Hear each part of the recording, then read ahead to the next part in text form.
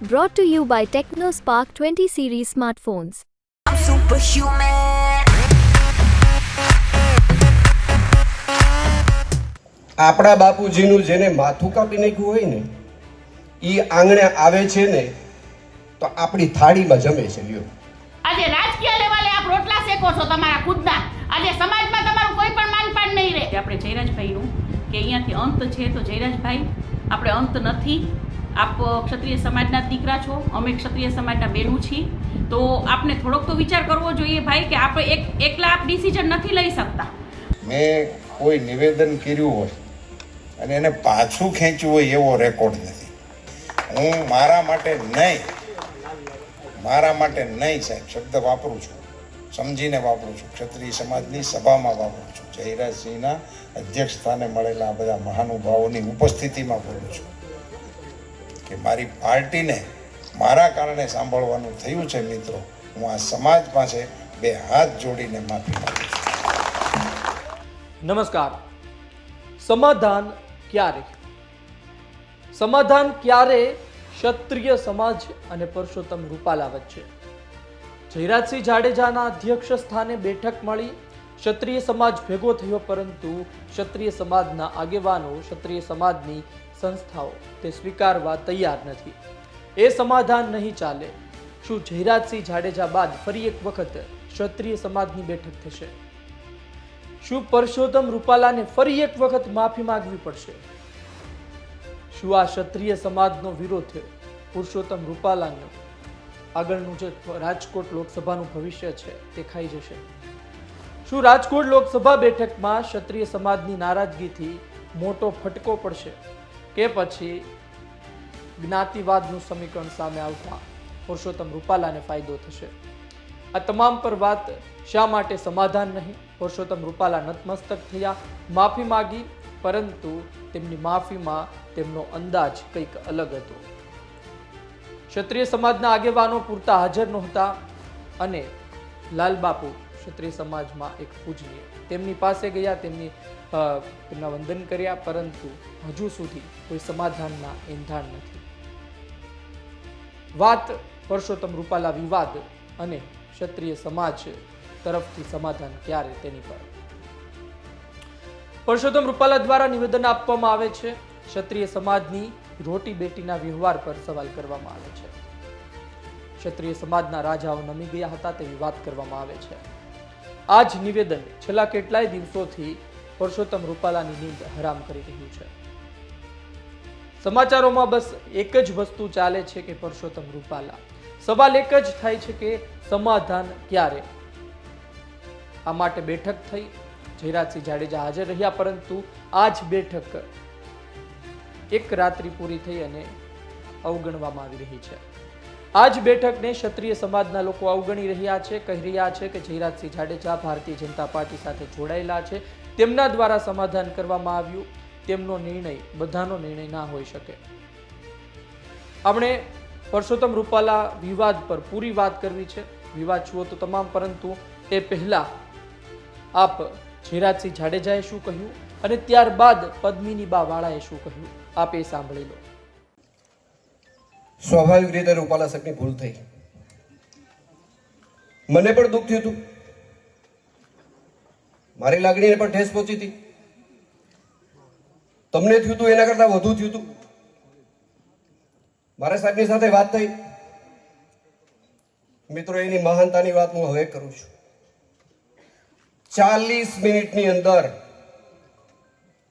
રૂપાલાજી એનો વિડીયો મૂક્યો, સમાજની માફી માગી. માફી માંગ્યા પછી આપણો ક્ષાત્ર ધર્મ, મારે તમને સમજાવવું નથી, બધા વડીલોએ સમજાવ્યું. આપણો ધર્મ શું કે છે ભાઈ? આપણા બાપુજીનું જેને માથું કાપી નાખ્યું હોય ને એ આંગણે આવે છે ને તો આપણી થાળીમાં જમે છે લ્યો. મારી વાત ખોટી છે ભાઈ? ઇતિહાસમાં હું બન્યું છે ને? તો આ વાત બીજો મુદ્દો લઈ લો. હવે સમાજની વચ્ચે આ વાત છે. આ કોઈ મારો નિર્ણય નથી, આ કોઈ મારા એકલાનો નિર્ણય નથી, આખા રાજપૂત સમાજનો આ નિર્ણય છે. કે સાહેબની જે ભૂલ થઈ છે એ ભૂલને ભૂલવાની છે. જે પણ અત્યારે નિવેદન આવ્યું છે આપણે જયરાજભાઈનું કે અહીંયાથી અંત છે, તો જયરાજભાઈ આપણે અંત નથી. આપ ક્ષત્રિય સમાજના દીકરા છો, અમે ક્ષત્રિય સમાજના બહેનો છીએ, તો આપને થોડોક તો વિચાર કરવો જોઈએ ભાઈ કે આપણે એકલા આપ ડિસિઝન નથી લઈ શકતા. અને હું રાજકીય લેવલે મોદી સાહેબને પણ હું પૂછવા માગું છું કે રૂપાલાભાઈ વિરુદ્ધ 10 ફરિયાદો થઈ છે, માનહાનિના દાવા થયા છે, તો એને અરેસ્ટ કેમ નહીં?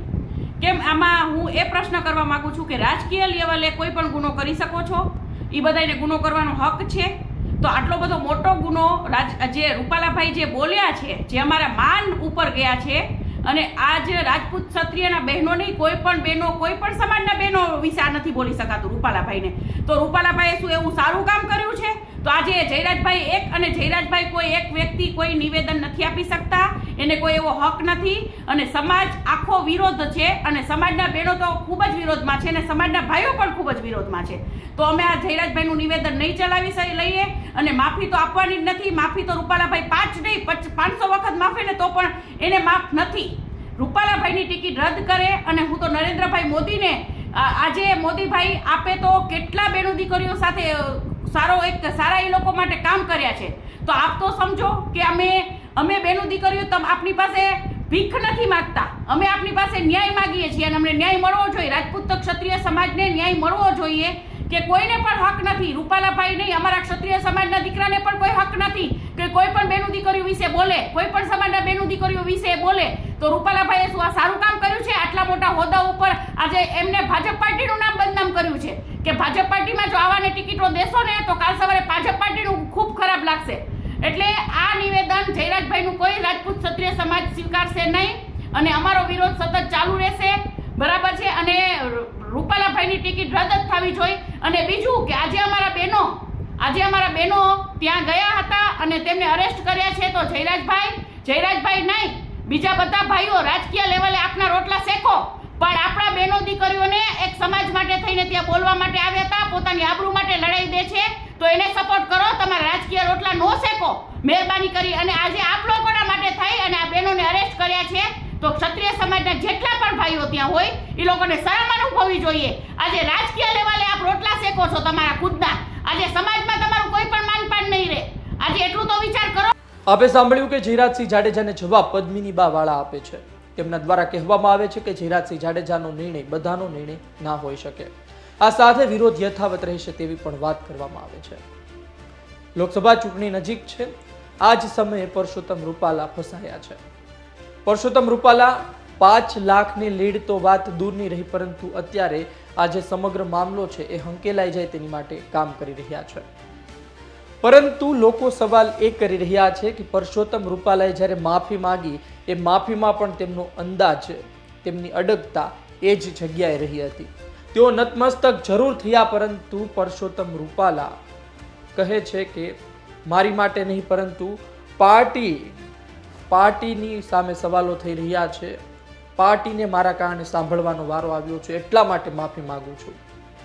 લોકો આ બાબતને લઈને કહી રહ્યા છે કે પરસોત્તમ રૂપાલા આજે પણ અડગ છે. તેઓ કહી રહ્યા છે કે મારા માટે નહીં, પરંતુ પાર્ટીને નુકસાન થઈ રહ્યું છે, તેના કારણે માફી માંગી રહ્યો છું. વધુ વાત કરીએ પહેલા આપ એ સાંભળી લો કે પરસોત્તમ રૂપાલાએ શું કહ્યું. ને એમણે શ્રી ગણેશ કર્યા કહેવાય, પણ યજમાન જયરાજસિંહજી જાડેજા, આપ સામે બેઠેલા આપ સૌ આગેવાનો, ભાઈઓ, વડીલો, યુવાન દોસ્તો, મિત્રો, મને એક વાતનો એવડો મોટો રંજ છે કે મારી જીભથી આ વાક્ય નીકળ્યું. મારી આખી લાઈફમાં મેં કોઈ નિવેદન કર્યું હોય અને એને પાછું ખેંચ્યું હોય એવો રેકોર્ડ નથી. મારી આખી લાઈફમાં આવો રેકોર્ડ નથી. આજે એક ચૂંટણીની, અને એ બી અનાયોજિત કાર્યક્રમ, એ કોઈ કાર્યક્રમ પણ નહોતો. અમે તો કાર્યક્રમો બંધ કરીને કરશનદાસ સાગઠિયાના ભજન છે એની હાટુથી ન્યાય ગયા હતા. એવો કાર્યક્રમ એ કાંઈ કામનો નહોતો. એમાં મારા થયેલા ઉચ્ચારણથી આજે મારી પાર્ટીને મારા કારણે સાંભળવાનો વારો આવ્યો. જયરાજસિંહજી, એનીથી મોટો અફસોસ કે દુઃખ બીજું કોઈ વાતનું નથી. હું મારા માટે નહીં સાહેબ શબ્દ વાપરું છું, સમજીને વાપરું છું. ક્ષત્રિય સમાજની સભામાં વાપરું છું. જયરાજસિંહના અધ્યક્ષ સ્થાને મળેલા આ બધા મહાનુભાવોની ઉપસ્થિતિમાં બોલું છું કે મારી પાર્ટીને મારા કારણે સાંભળવાનું થયું છે. મિત્રો, હું આ સમાજ પાસે 2 હાથ જોડીને માફી માંગુ છું. મિત્રો, પાર્ટી, હું તો આ બધા પ્રવચનો કરતા હતા ને, તો હું નામ લેવાના મતનો નહોતો સાહેબ. નહીં, ટાઈમ માટે નહીં જયરાજસિંહજી. હું જેના નામ બોલ્યો માફીના વિડીયોમાં, એને લોકો ટ્રોલ કરે છે કે તે હું કામ આમ કીધું. એટલે હું આપના નામ લેવાના મતનો નહોતો, પણ નામ ના લઉં તો આપને એમ લાગે કે અમારા નામ ન લીધા એટલા માટે. અન્યથા નામ લઈને પાછા એ નામ ગણતા હશે ને અટણ કોક લખતા હશે. પરસોત્તમ રૂપાલા ભારતીય જનતા પાર્ટીના દિગ્ગજ નેતા છે. અમરેલીમાં કામ કર્યું, ત્યારબાદ કેન્દ્રીય મંત્રી પણ બન્યા, રાજ્યસભામાં સાંસદ પણ રહ્યા. આ પરસોત્તમ રૂપાલા આજે ચક્રવ્યૂહમાં છે. આ પરસોત્તમ રૂપાલાની સામે આજે સવાલ છે. આ પરસોત્તમ રૂપાલાના ભવિષ્ય સામે સવાલ છે. લોકો કહી રહ્યા છે કે પરસોત્તમ રૂપાલાને આ કેસ ક્ષત્રિય સમાજનો વિરોધ ખાઈ જશે. ભવિષ્યમાં પણ જ્યારે પરસોત્તમ રૂપાલાનું નામ કોઈ પણ રેસમાં ચાલતું હશે ત્યારે અચૂકપણે આ વિવાદ યાદ કરવામાં આવશે. તેના વિરોધીઓ આ વિવાદ ઉપર રજૂ કરશે. પરસોત્તમ રૂપાલાનું પોતાનું એક મોટું જૂથ છે. પરસોત્તમ રૂપાલા પોતે ટિકિટ નક્કી કરે છે. પરસોત્તમ રૂપાલા વડાપ્રધાન મોદીની ગુડ બુકમાં છે. પરસોત્તમ રૂપાલાને કંઈ થાય એ વડાપ્રધાન મોદી પણ ના સહન કરે. આ સંજોગોમાં કહેવાય રહ્યું છે હજુ સુધી વડાપ્રધાન મોદી દ્વારા આ વિવાદમાં હસ્તક્ષેપ કરવામાં આવ્યો નથી. હજુ સુધી સ્થાનિક નેતાઓ કામ કરી રહ્યા છે, પરંતુ આ જે રીતે વિવાદ વકરી રહ્યો છે એ વિવાદ કાં તો ભારતીય જનતા પાર્ટીને મોટું નુકસાન કરશે અથવા તો પરસોત્તમ રૂપાલાને મોટી લીડ અપાવી શકે છે. અત્યારે કેટલાય રાજકીય પંડિતો તેવું કહી રહ્યા છે કે બસ હવે રાહ તેની છે કે કોઈ એક પાટીદાર સંસ્થા મેદાને આવે અને પરસોત્તમ રૂપાલાનું સમર્થન જાહેર કરી દે.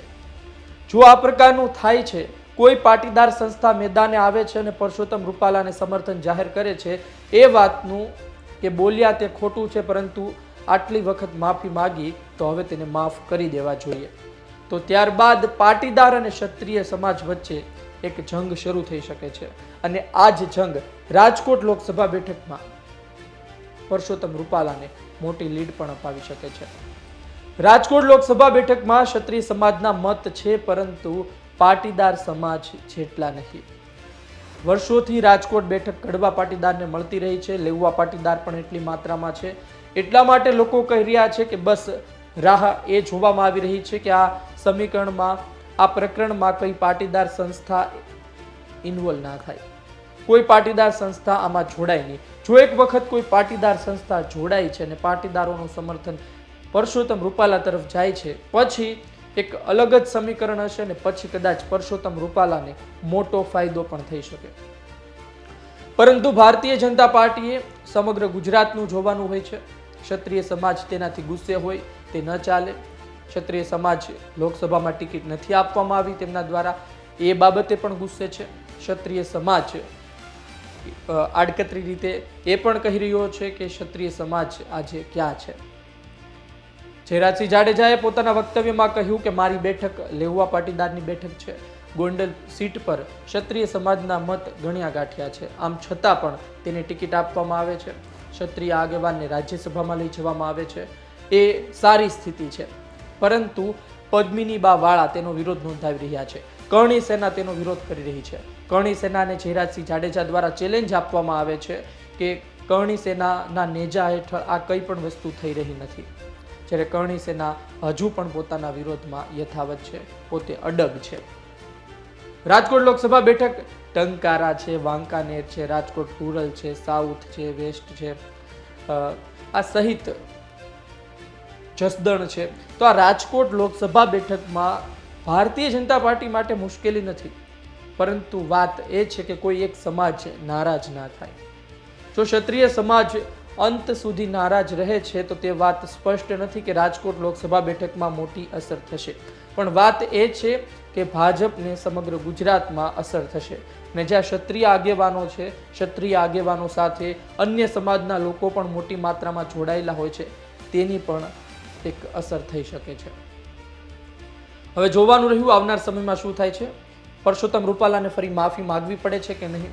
શું ફરી એક વખત રાજપૂત સમાજ, ક્ષત્રિય સમાજનું એક સંમેલન મળે છે?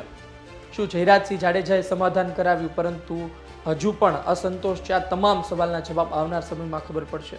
જે વિરોધ કરવામાં આવી રહ્યો છે જયરાજસિંહ જાડેજાના સમાધાન બાદ, તે વિરોધ ખરા અર્થમાં ફરી એક વખત સંમેલન ભેગું કરવામાં સાર્થક થશે? શું પરસોત્તમ રૂપાલાને ફરી વખત માફી મંગાવવામાં સાર્થક થશે? ને માગ મુખ્ય એ જ છે કે ટિકિટ કાપવામાં આવે, રાજકોટ લોકસભા બેઠકથી ઉતારવામાં ન આવે. ભારતીય જનતા પાર્ટી આ માગ સ્વીકારે તે 99.99% અત્યારે લાગતું નથી. આ માગ અશક્ય જેવી છે. ભારતીય જનતા પાર્ટી રૂપાલાને કદી પણ ન કાપે એ વાત કદાચ ભારતીય જનતા પાર્ટીના દિગ્ગજો પણ જાણે છે અને ગુજરાતના રાજકીય પંડિતો પણ જાણે છે. તો આ સ્થિતિમાં સમાધાન એ જ વાત પર થશે કે માફી માંગીએ છીએ, આ પ્રકારના નિવેદન હવે નહીં થાય, પરંતુ ટિકિટ કપાવવાની વાત અત્યારે અશક્ય સમાન લાગી રહી છે. આપનું શું કહેવું છે? ટિકિટ કાપવી જોઈએ? શું ટિકિટ કાપશે ભારતીય જનતા પાર્ટી? જયરાજસિંહ જાડેજાનું શું ક્ષત્રિય સમાજ માનશે કે પછી હવે નવો એક વિવાદ ઊભો થશે, નવું એક જૂથ ઊભું થશે અને આ વિવાદમાં, આ વિરોધમાં જયરાજસિંહ જાડેજા પણ સામેલ થઈ જશે? આપનું શું કહેવું છે? કોમેન્ટ બોક્સમાં લખો. આપના અભિપ્રાયની રાહ રહેશે. આ વિડીયો પસંદ આવ્યો હોય તો લાઈક શેર કરવાનું ચૂકતા નહીં. મને આપશો રજા. નમસ્કાર.